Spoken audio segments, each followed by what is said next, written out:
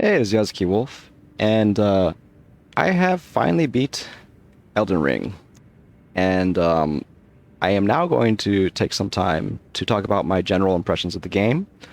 I am here in a very unremarkable cave because I'm preventing spoilers for the beginning of this video, but I am now, as soon as I leave this cave, like I've beaten the game, so everything you could potentially see can potentially be seen as a spoiler. So you've been warned.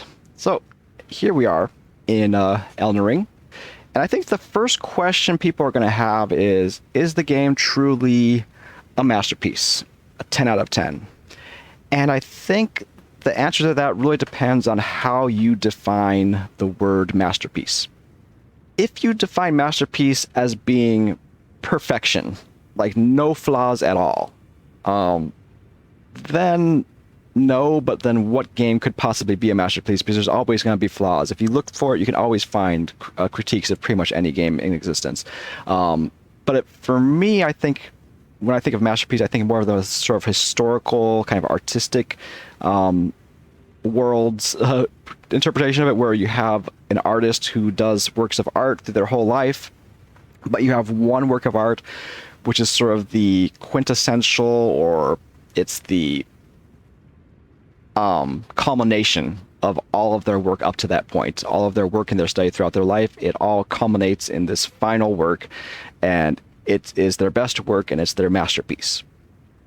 In that sense of the word, I think this can very arguably be the masterpiece of From Software. Like, I think this is the culminate work of all of From Software's experience and all of their games up till now. And in terms of critique, I do have a lot of critiques of the game, but I don't think they're very strong critiques in terms of the game not doing what it set out to do. I think if you look at it as the culmination of the Soulsborne series, I think it's pretty much perfect. The main critiques I have of the game are things that if I were to make just not a Soulsborne game, but just a general open world RPG, I would do things differently. But it can be argued that at that point you're making a different type of game. You're making it a general open RPG as opposed to making the penultimate work of the Soulsborne series. So in terms of critiquing it as part of the Soulsborne series, I think there are some critiques to be made, and they're probably better made by those who are more experienced with that series, because I myself, just to give you some background, I have nearly beaten Dark Souls 2. Yes, Dark Souls 2 was my first and probably my most played Souls game. So I know it's not maybe the best representation of the series, but that's what I started with, and I did enjoy it for what it was. I think I'm just like a few steps away from the last boss. I switched computers and I haven't reinstalled it yet. But eventually, maybe after this, I'll reinstall and just kill the last boss. From what I hear, he's actually not too difficult, anyways. So yeah. And then I've played Dark Souls and Demon Souls, but not to completion. So I am not expert at all in terms of the series. I'm familiar with the mechanics, but I couldn't tell you like the boss names or the area names and all that to much extent. So there is a critique to be made, particularly with bosses. If you look up on YouTube for critiques of bosses in terms of Elden Ring, there are very, very experienced players who will tell you the ins and outs of how the mechanics have changed over time. And I think there is an argument to be made there that there are some bosses in this game that feel more annoying than rewarding. More annoying than rewarding. The Fire Giant, for example, I really loved the first half of that fight, the first phase. I loved going in, and I loved every time I went in to do it again to get to the second phase. I loved that first phase. I enjoyed it a lot. The second phase, however, despite its spectacle and like the great visual design of it, it feels like it was too punishing for at least a melee player to approach directly, and it kind of forces you to do kind of a gimmicky type of stay on turret, run around to his backside and keep poking his feet until he's dead. And as long as I was fighting against playing that way, I was struggling with it. But the moment I said, okay, I forget it, I'm just gonna I'm just gonna do what works. And I just stayed on turret. I ran around to his backside. I poked his feet, and he has a lot of health, so you have to keep doing that for a long time. And he keeps running away over and over again, but he died. And it was like, okay, well, I know how to beat him now, but do I feel did it feel rewarding? And I'd say no. And there's a couple other examples of that, which I'll save for videos, or maybe I'll do, and I think other videos, I think other people will do a better job than that than I will. But that being said, the last 4 fights, I guess 2 fights, depending on how you look at it, they're probably my favorite boss fights, like, ever. Like, I mean, I really like Sephiroth from Kingdom Hearts 2, was it? But, and there was a couple of good fights in Kingdom Hearts that I remember, but these may be my best fights of any game period. I don't know. Probably any game period. I don't want to go too much into the details, because I want this to be more of a general overview. Maybe in the future I'll do more detailed videos, but just this to kind of say it quickly. Godfrey, his kind of like shadow fight is kind of like meh, but when you actually get to the real, like, in the flesh Godfrey, that was a really good fight, and I loved every moment of fighting that, even though I was dying like 20 times or more. I loved every time I went in there. I felt like I was learning a little bit more. Of course, the first time I got to the second phase, there was that WTF moment where you're like, what the hell am I supposed to do there? But you calm down, and you approach it again and again, and you start figuring it out, and you're like, okay, this is manageable, this is fair, it's challenging, but it's fair, and I think that's the biggest part of it. And then the last fight, like, I don't know which one of those I like more, but I really did enjoy the last fight as well. And I think everyone is in agreement that Radagon is a really good fight. It's a very traditional fight, which I like, those are the ones I like the most, where it's a 1v1, like, there's no multiple enemies, no multiple bosses. You're just 1v1, you and him, and there's a lot of kind of just responding to very readable moves, but it's a very traditional, very challenging, and very fair fight. There was a couple times I would get hit, but usually it was for me getting greedy and trying to get that one extra hit in when I probably should have, like, backed off. And then the Elden Beast, like, I know there's a lot of people that say that the Elden Beast is kind of crap, and there's a lot of critiques out there of the Elden Beast, but I really enjoyed it. I feel like it is a really fitting fight for the final fight of a game like this. Everything felt pretty fair. There are circumstances where 1 or 2 of his moves can kind of overlap each other and put you in a very sticky situation where it's very hard to deal with it. And yes, that is a critique that can be had. But I feel like that doesn't happen as much as people would make you think it does. I don't know, maybe it's been patched since the original release. That's possible. This is January, February, March, April, May. This is May when I'm doing this, so maybe it's changed. But for me, it felt pretty fair. And once I kind of knew his moveset, I knew how I was supposed to respond in almost every situation. There was just maybe one move that I never figured out. It was his, like, holy slash attack. Not the one where he does four in a row, but just, like, one overpowered one. Because that one, like, I would dodge it, but then there would be an explosion after my dodge that I couldn't get away from, and I couldn't figure out if I was supposed to dodge away or dodge in, but eventually I ended up just, like, holding up my shield and taking a little bit of damage from that, but, like, having highly reduced damage because of my shield's holy negation and whatnot. But yeah, so other than that, it felt really fair. And the other complaint is that he swims away from you and makes a large space for you to traverse over and over again. And I could see how that could be kind of annoying, but I think I just kept walking toward him. I didn't stress about it, and I think with that approach, it actually added to the fight for me. This is your last fight. You don't want it to be over too quickly. You want to kind of take in the grandness of the fight, and those sort of breaks where he swims away from you and you have to approach, and you see, and this is a critique of Fire Giant too, where you're stuck watching his feet the whole time. Him swinging away, it kind of made it where you had to, like, had him in frame and you'd be walking toward him and you kind of see the wholeness of the fight. And then it's similar when he goes up in the air and you can see him flying in the air and everything. As a counter example, you might look at, like, Malekith.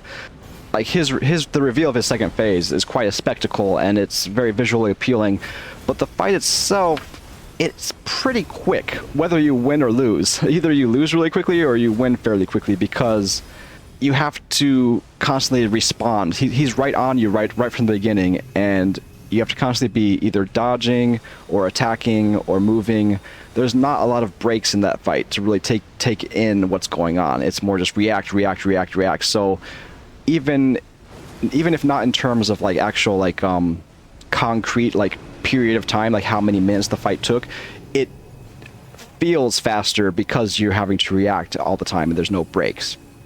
Whereas with the Elden, which I think would be bad for the Elden Beast, because the Elden Beast is your last fight, and you want to really take in the grandness of that fight. You don't want it to be something that happens quickly. And that being said, I don't have a huge critique about the game as a Soulsborne series.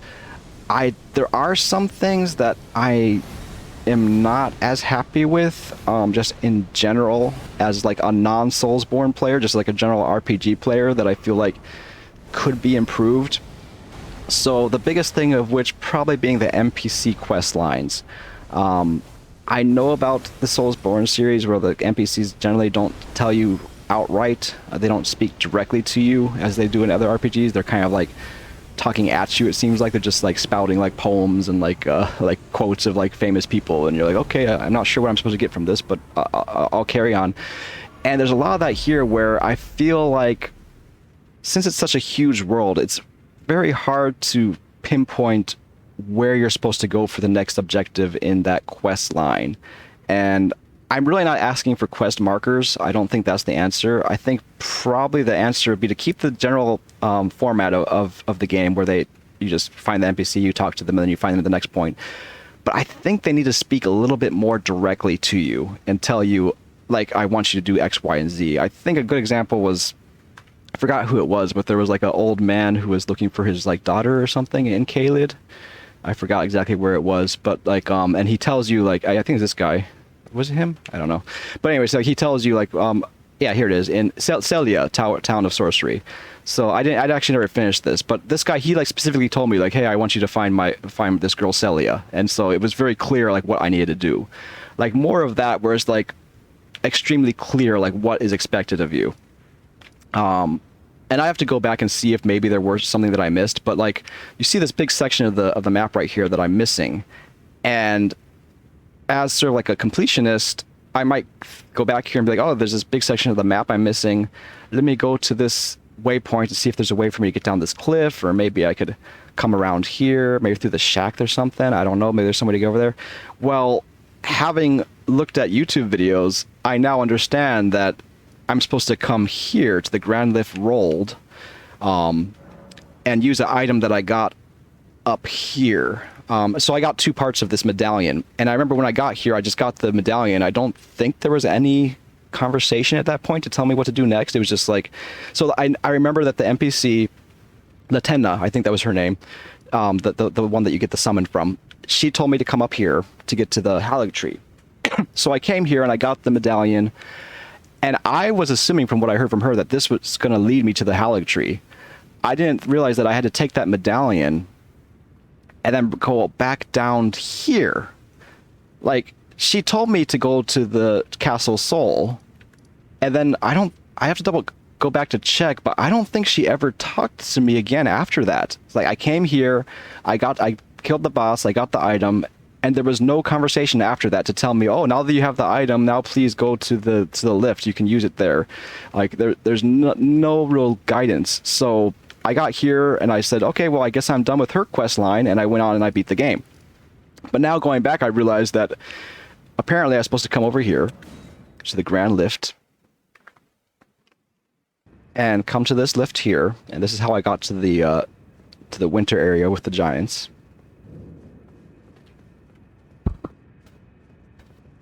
And you notice right here it says Y hoist medallion, right? If I just press Y, it's going to bring me back to the land of the giants, the same place I was at before. If you look more closely, you'll see underneath hoist medallion there's a switch actions option with the D-pad. If I switch it, now it says hoist secret medallion. So I was never really instructed to come back here. And even if I had come back here just on a whim, I probably would have just came up here and pressed Y, just assuming that this is just gonna go the regular place. Like, it's just there's a lot of stuff like this where the game feels like it's designed around the assumption that people are going to be looking stuff up online. I don't think I would have figured this out naturally. And there's a lot of, this is just one example, but there's a lot of places all throughout the game where this comes up. And it makes me a little worried about some of my friends' playthroughs, because I have a couple friends who want to play the game purely without spoilers. They don't want to look online. They don't want to know anything about the game. And I'm kind of concerned that they're not going to play all the way to the end. We'll see, but like, I know that for me, when I got to like level 20 or what, after my first my first 20 hours or so of the game, I kind of felt like I knew what the game was about. I felt like I had seen everything the game had to show. I was really enjoying exploring the open world, and like, for example, these finding these guys, like these statues here pointing out to the dungeons. At first, I thought that was awesome. I was like, oh, that's really nice, because you just explore the world and you see them and they point out something that might be more hidden. And I loved finding them and then trying to find that hidden dungeon.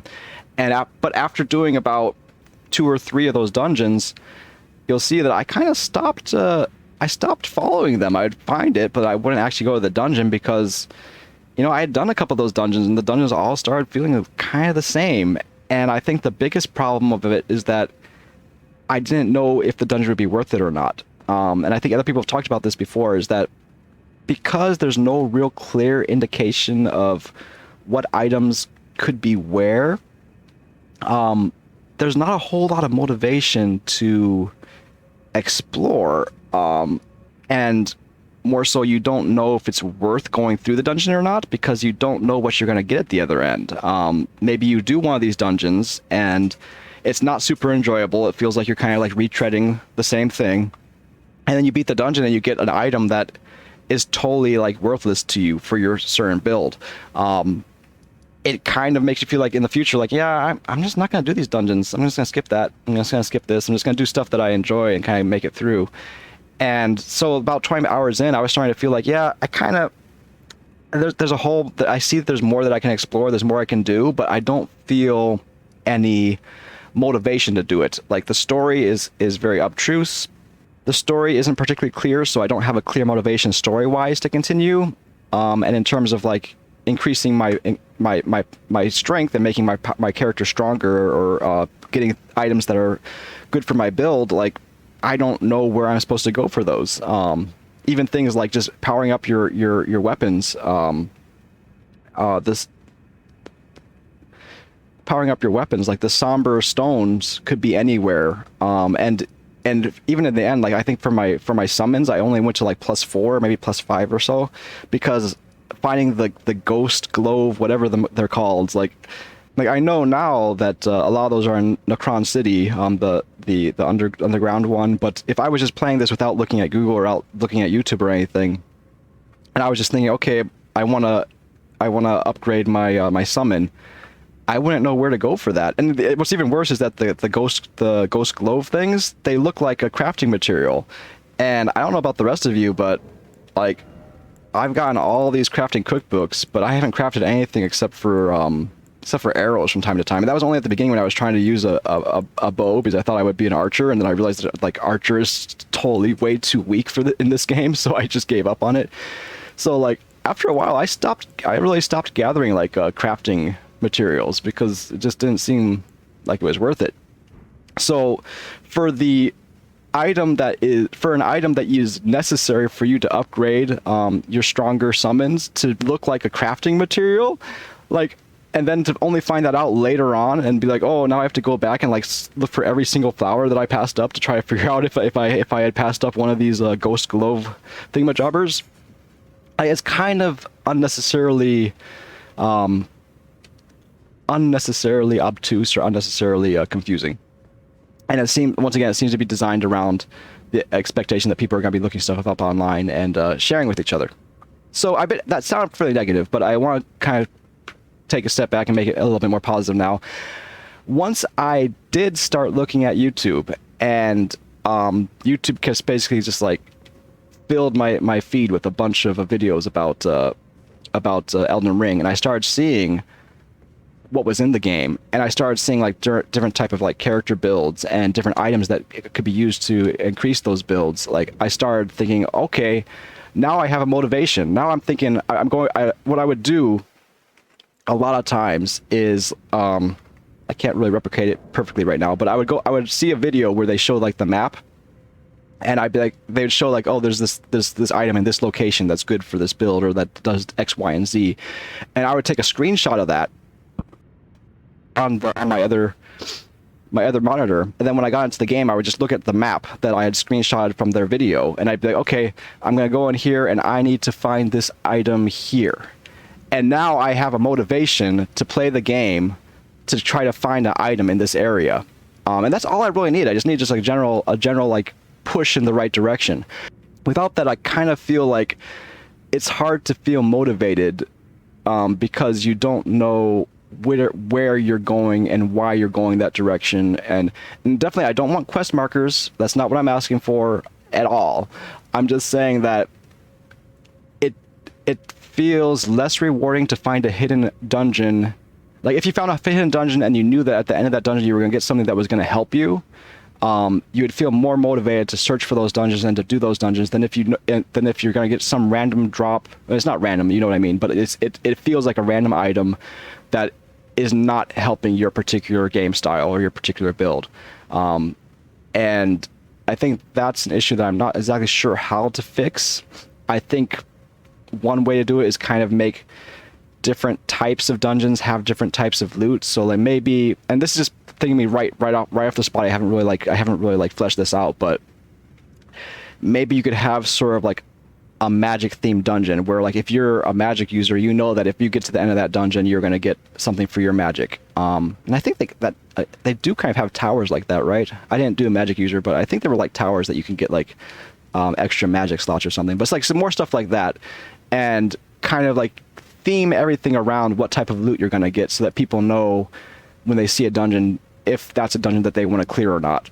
Whereas right now, even though the game is not random, it feels, on a first playthrough at least, if you're not looking at Google or whatnot, it feels random. It feels almost like a loot box. Like you go through the whole dungeon and then you're just hoping you get something good, you know, as opposed to knowing like, whereas if you actually look at YouTube and you see what items you want and you get like a checklist of places you want to visit, then it feels more natural, and it feels kind of like, general RPG where you sit in like RPG setting, rather more like a tabletop, where like you sit in the pub and you listen to like the rumors about what's out there. Like that's another way they could approach this. It'd be really cool if they had like a pub or like some type of like hub of NPCs where you could just hear them talking about different stuff that's out in the world, and you could be like, huh, that sounds interesting, let me go check that out. And once again, there is an example of that with like the old crones that kind of, I think it was like around like the finger readers. Yeah, like the finger reader will kind of tell you like, hey, there's like a golden ceremony in this area, or there's like this, and they'll tell you like north has this and south has that. Like that was really cool, but I only think of a handful of places where that actually happens, where you find like a NPC that kind of, and usually it's the finger readers who would tell you like rumors of what's in the north or rumors what's in the south. I think more characters like that kind of give you rumors about what's going on in the area, or like just having more clues about where things are rather than it being just completely feeling random. And once again, this is me just talking off the cuff. So I realize now that yes, if you play online, you probably have kind of cryptic messages from other players, which is maybe their solution to that. And in the Soulsborne vein, I think that is probably the best solution.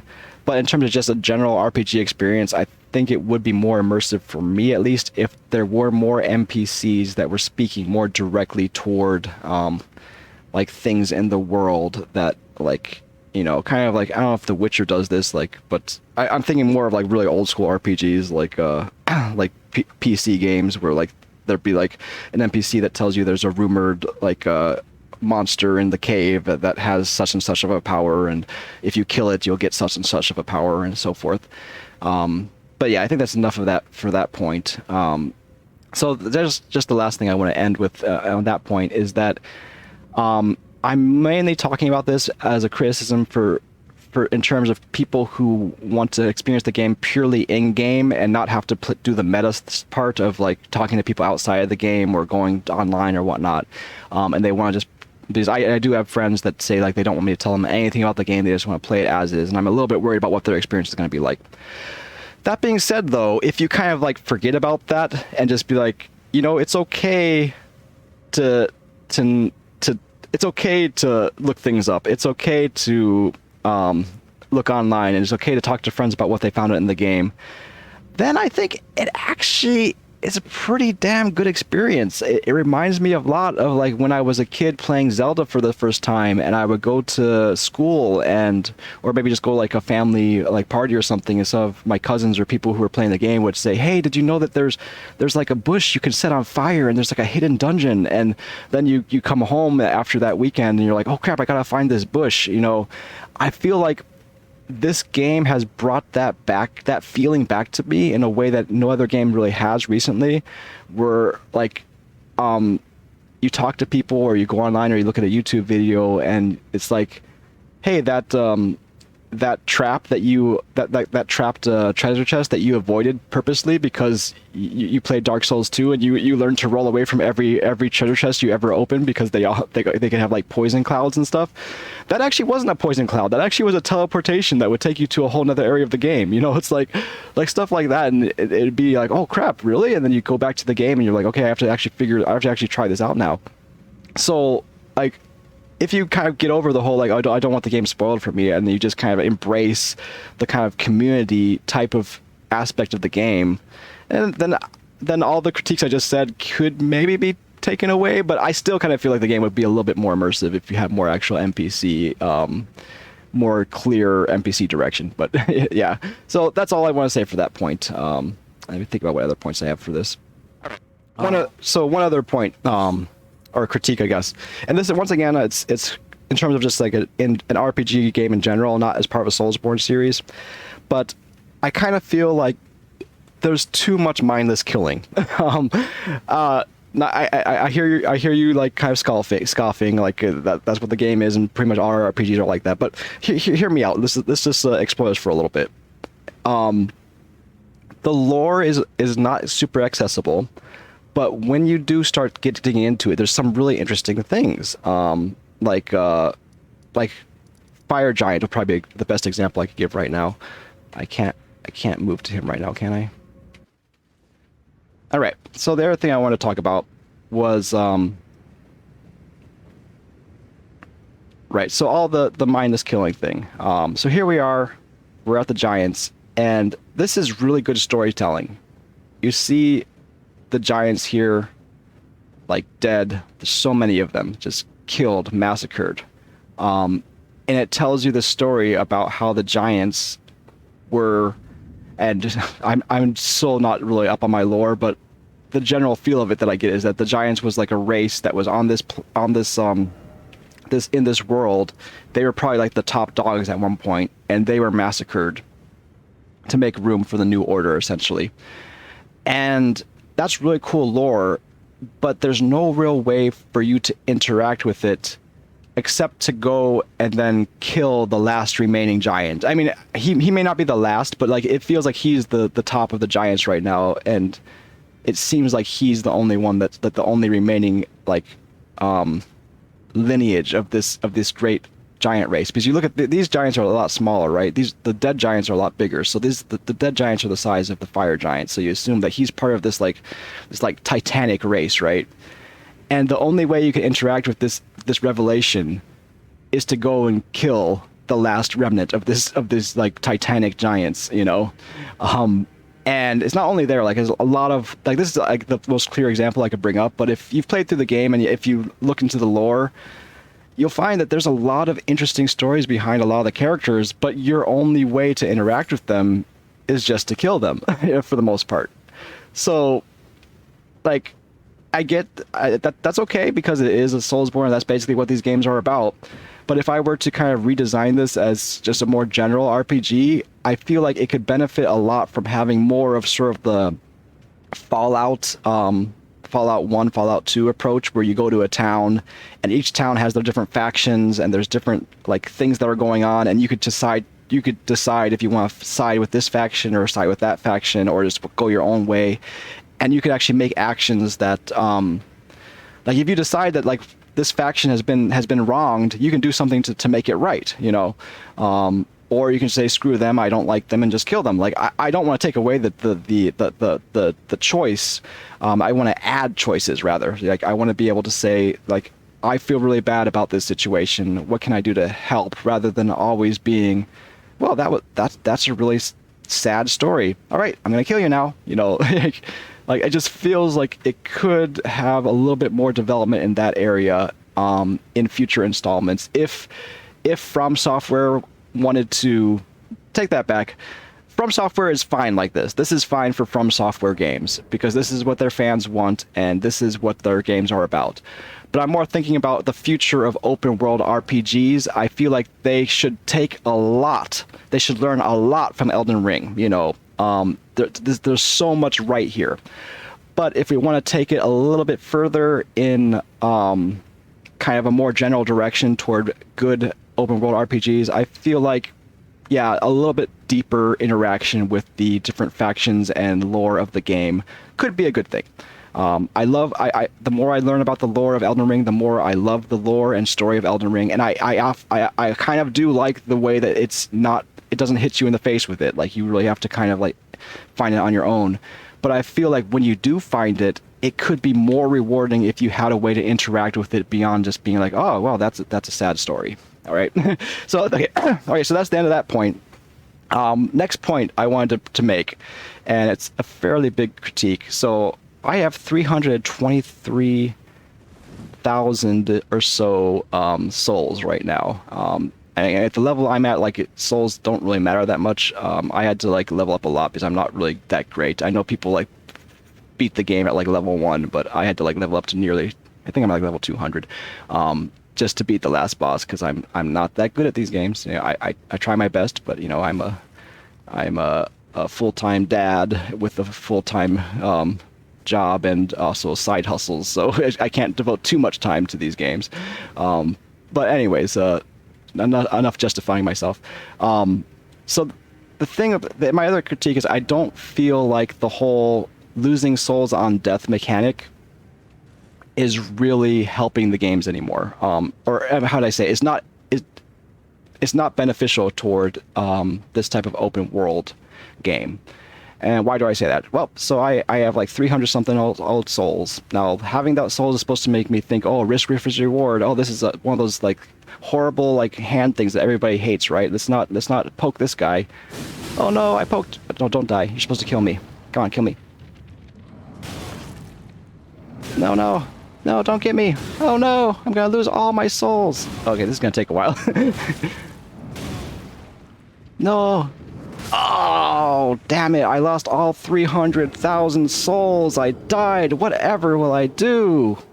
Damn it. I lost 300 souls. I feel so bad. Except that now I can just get on turret.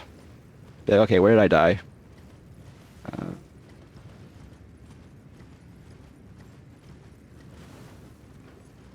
Oh, there it is. I see it shining. Alright. Get my souls back. And let's walk away. Alright. In the open world, you're always going to be able to just like roll up with turret and pick up your souls again. Like it was right next to Grace, so I mean, it was pretty quick. But for the purpose of the video, I think that was okay because I think all of us know that even if I had died like way at the top of the mountain, still could have just gone on turret and ran my way all the way up to the top of the mountain, avoiding all the fights, and gotten my souls back. So, like in terms of that, it's not super beneficial. The only time that it really will bother you is if it's in the gate of a last boss. So like if we go over here, I did this so many times when I was playing, but so you get here, it's like, okay, I this is the one place I can't do that. If I go through this gate, you know, I'm going to have 300 something souls that I can't take myself out of that gate until I beat the boss. So at that point, I have two options, right? Option one, I can just go in there with souls and very, very likely die. And then from that point on, I have to continue going into the boss fight. And instead of engaging with the boss when I enter, I'll have to run and grab my souls. Because if I run and grab my souls and I die, it's okay because the souls will still be there. But if I die without grabbing my souls, they're gone. So my choice number one, I can continue fighting the boss until I beat him. And every time I fight him, I have to take a good 30 seconds or so to run over and find where I died the last time and grab my souls instead of just engaging with the boss. I did that maybe once. I didn't really do that. I think I do that with the jail bosses, because the jail bosses, it's nice because the souls are actually left outside. So if you decide that you've had enough, you can just pick them up and walk away. But and also you could pick them up before you start the fight. But any of these these ones that you go through the mist, I do not want to go in there with souls because I don't want to have to pick up my souls every single time I go in there, you know, if I die. So the option number two is to just say, okay, forget the souls. I'll go in there once, and if I die, then I'll just consider the souls a lost cause, and I won't even try picking them up the next time. And I'm sure a lot of people do it that way. But if you're like me, I'm the type of person who, like, if the person next to me has a slice of pizza that they just are too full and they don't want to eat, like, I'm the person that even if I'm pretty full, I'll still eat their slice because I don't like seeing things go to waste. That's a really weird analogy, but hopefully you see where I'm coming from. Like, even if it's just like a couple thousand, like a 10,000 or a couple, maybe 20,000 souls, I'll be like, no, I don't want to just lose my souls. So what do? You think, well, I have to level up.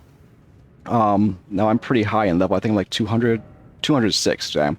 So I don't need that much, but I guess for the purpose of this video, it will be a pretty good example. So I need another 3,000 souls. So it won't take that long for this video, but imagine if you needed a lot more. So what I did over and over again in this game, every time I find a boss, I would then find one of my farming places before I fight the boss. This is one I used a long time. For these little guys. Yeah, let's go ahead and use this one because the other one will be over too quick. So I would come over here, be like, okay, I have a boss, so I have to level up, and I need another 3,000 souls. So here we go. Walk over to this guy. I was gonna stab him in the back, but I'm a little too lazy to sneak up. All right. Vulgar Militia. I'm gonna talk about these Vulgar Militia things in a second too, but hold on. And find another one. So yeah, so I still need more.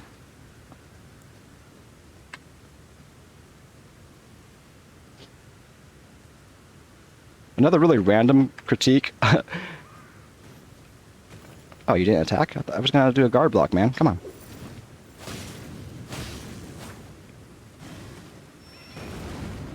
Okay. I'm being a little reckless. Usually I would actually be sneaking up on all these guys and backstabbing them. Another random critique is that my controller, it's way too easy for me to crouch by accident. If I tense up and I push down on the stick, I'd find myself crouching in boss fights all the time.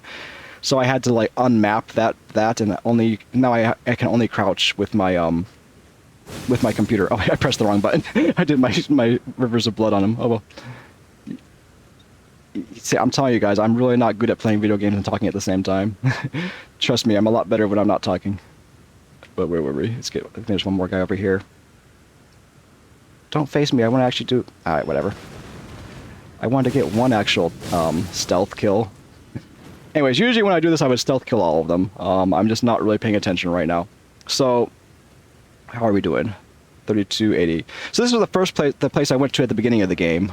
Later on, I found out that for me, I haven't heard a lot of people talk about this, but for me, the best place for this crumbling beast grave right here, after you get to Farum Azula, the crumbling place, this was like the place I used the most end game for fame farming.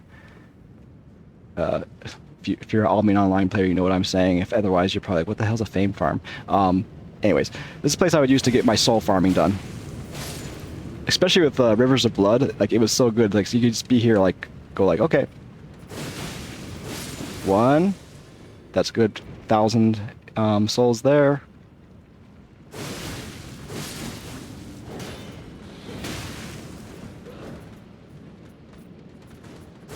Yeah, usually I'd be able to get both of them in one go, but once again, I'm not as focused as usual.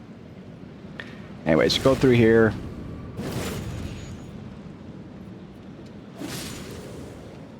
And I have more than enough now.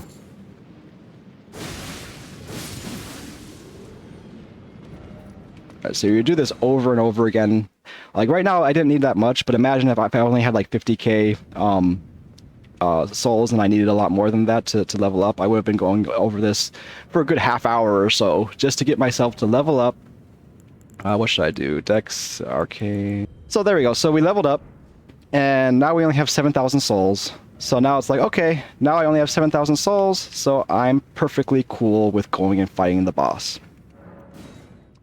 So my point is, this is what I did most of the time. Every time I would get to the boss fight, I would then spend a half hour or so grinding out souls so that I could enter the boss room with amount of souls that I'm okay with losing. And I don't really know if that's really adding much to the fight, or adding much to the game. I'm gonna do this while talking, so I'm definitely gonna lose. But here we go. Oh wait, I can't? Oh, never mind. I thought it would let me fight him again because I assumed that like if I had unlocked other parts of the story that I could get the other endings, but I guess I can't fight the guy again. So okay, so he's dead. So how do I get the other endings? I thought I heard someone say you could get other endings if you don't end the game right away.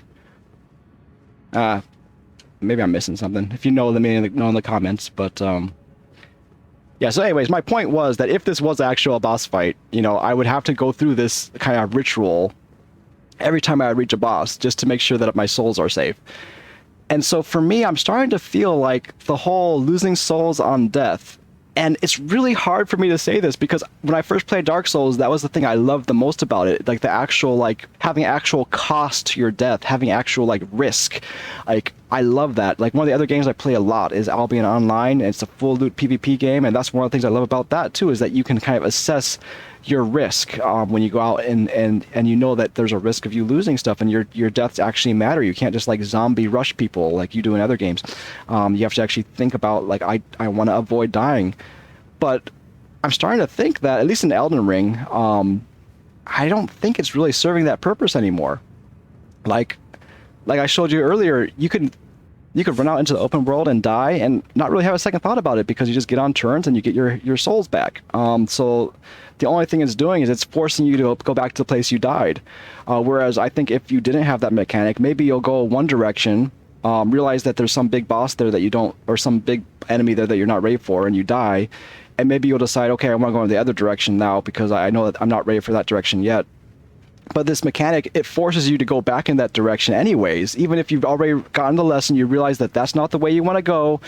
I'm not ready for that. I'm going to go a different direction, but my souls are there. So it forces you to go back there just to get your souls and then run back away. You know, it's like, so is that really adding much to the game at that point? It's just adding a task, an extra task that's not really even a fun task. It's just like monkey work. Like, okay, I just gotta get on my horse and run over there. It's an errand, basically. It's reduced it to essentially an errand.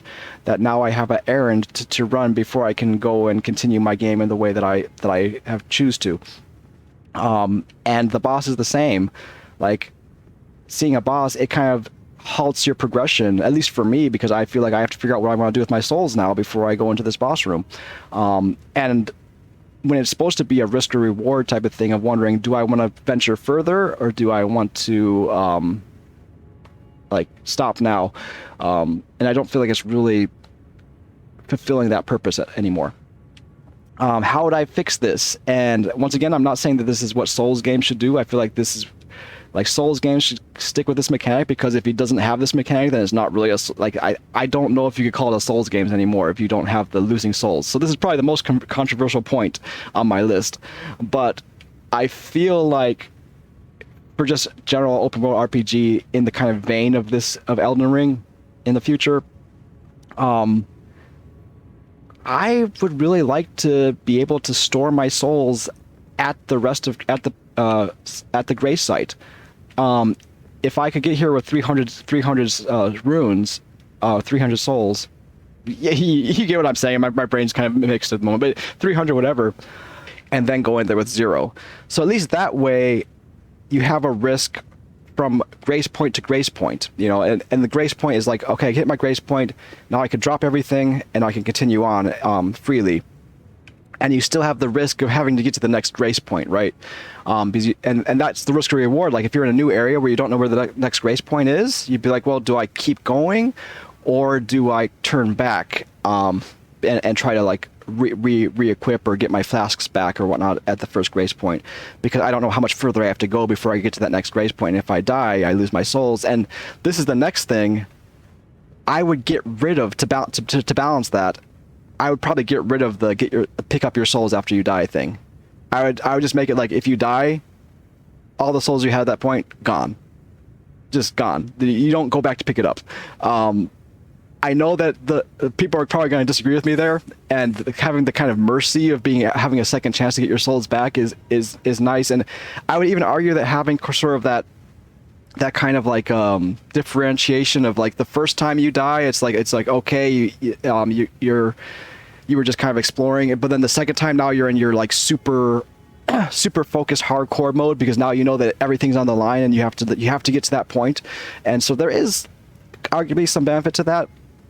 But for me, just the whole errand part of it, of it just becoming an errand of something that you have to do, even if you've decided, particularly in an open world game, where if you've gone in one direction and you realize that you're not going to get any further in that direction at your current ability or skills or level, and you just want to go the other direction, but now you have this errand to go back to the place you died. Like, I feel like getting rid of that errand at all completely, even if it's at the cost of all the souls I had going up to there, mentally it would just free me up a lot more to be just like, okay, well, I lost, all right, I'm gonna move on the other way. If you definitely wanted to keep it though, I guess you just have to figure out some way to make it that you can't just walk up there with turrets and grab them. Make it actually like a quest, that you really are getting that kind of feeling like, okay, now I'm in trouble. Now I really have to focus to get those souls back. Maybe, so for example, one way to do that is, instead of the souls being dropped on the ground, maybe the souls are absorbed by the enemy that killed you. Now that would be interesting, because now that thing that killed you, you have to figure out how you're going to kill it the next time, right? You can't just be like, I'm just going to run to it, grab the things and run away. I actually have to be like, okay, I actually have to kill that thing now. That'd be interesting. This is my first thoughts after playing the game, so these aren't super fleshed out ideas. I'd be really interested in hearing what other people think about them. And just to reiterate once again, like, I am not saying that From Software should do this. I'm saying that in general, for future open world RPGs, these are kind of thoughts in terms of what we can learn from Elden Ring, and what we can maybe what we can take in a different direction. I'm not going to say improve, what we can take in a different direction. And I just realized, like, I didn't really talk too much about what we can learn about it. I'll probably have to make another video about that. This is sort of the fine wine of gaming, I would say. Like, this is the game for gamers. This is meant for people who have played games all their lives and they don't need their hands to be held. It trusts that you have the experience as a gamer to handle what it gives to you, for the most part. With the exception of the critiques I leveled earlier about a lot of things being kind of beyond the scope of what you can legitimately figure out on your own, and maybe are expected for you to figure out as part of a community. And I mean, that's the whole argument too, that it is made that way, that just being an observant player isn't going to be enough. You actually have to be part of the communal experience if you want to get everything you can out of the game. And that's not a bad thing. I think that's pretty cool. So, anyways, there's probably a lot that I'm missing and a lot more that can be said, but the video's already gone long enough. So, till next time, live boldly and be creative. Yoroshiku.